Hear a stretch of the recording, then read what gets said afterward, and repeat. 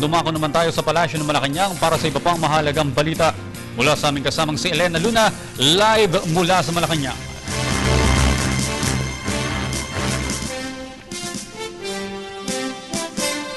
Maraming salamat, Audrey. Nag-courtesy call kay Pangulong Aquino ang bumibisitang World Bank official.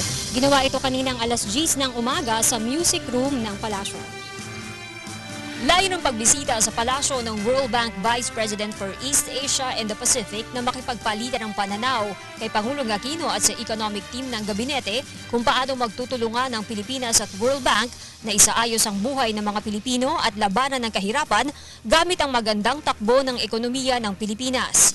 Kasama ni Pangulong Aquino World Bank VP Axel Van Trotzenberg, sina Budget Secretary Florencio Abad, Finance Secretary Cesar Purisima at NEDA Director General Arsenio Balisacan.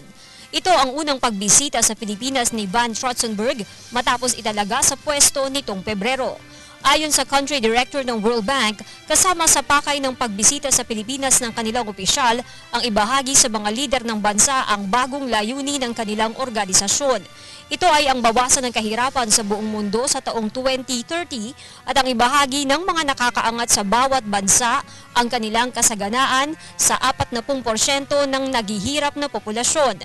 Ayon sa World Bank, magiging batayan ang meeting sa Pangulo at sa kanyang economic managers sa gagamiting strategy para tulungan ang Pilipinas sa susunod na 3 taon. Sinusuportahan ng World Bank ang Philippine Development Plan ng pamahalaang Aquino. Mula May 2013, umaabot na sa mahigit $2.04 billion ang kabuuang pledge ng World Bank sa Pilipinas. May karagdagan pa itong $910 million na commitment mula naman sa International Finance Corporation, ang private sector arm ng World Bank. Matapos ang courtesy call na ito, Audrey, ay naging abala na si Pangulong mga meeting. Ongoing ngayon ang kanyang meeting kasama si Executive Secretary Paquito Ochoa Jr. at ang Chief Presidential Legal Counsel. Mamaya namang alas 4 ng hapon ang meeting niya kasama muli si Executive Secretary Paquito Ochoa at ang mga opisyal ng Department of Budget and Management at Department of Finance. At yan ang ating balita mula dito sa Malacanang. Sa tulong ng RTVM, ako si Elena Luna para sa Telebisyon ng Bayan.